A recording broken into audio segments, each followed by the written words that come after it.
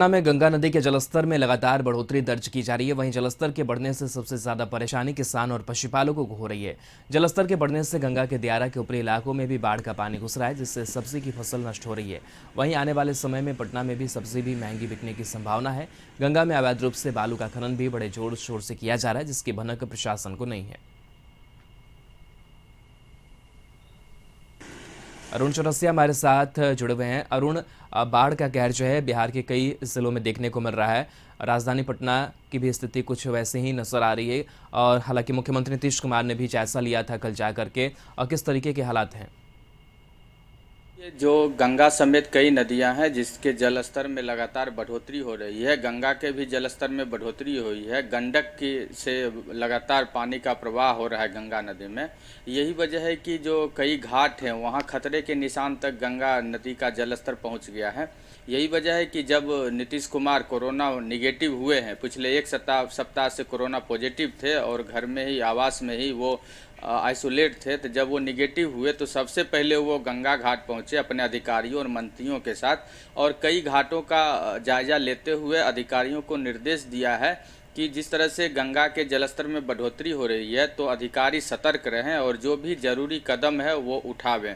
वहीं दूसरी ओर नेपाल में लगातार हो रही बारिश और बीती शाम सप्तकोसी जो वहाँ की नदी है उसके तटबंध के टूटने के बाद उत्तर बिहार के कई जिले में जो है वो बाढ़ की स्थिति उत्पन्न हुई है। सप्तकोसी नदी में जो नेपाल में तटबंध टूटा है उसका असर अररिया जिले में विशेष रूप से होना है।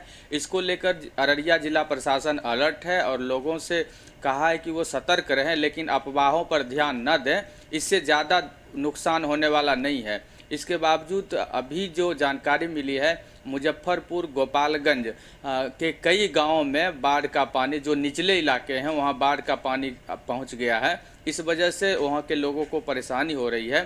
स्थानीय प्रशासन की तरफ से भी ये कहा जा रहा है कि इस इलाके जो निचले इलाके हैं तटवर्ती इलाके के, वहां के लोग अलर्ट रहें और ज़रूरत पड़ने पर अगर बाढ़ का पानी आता है उससे पहले वो ऊंचे स्थानों पर आ जाए।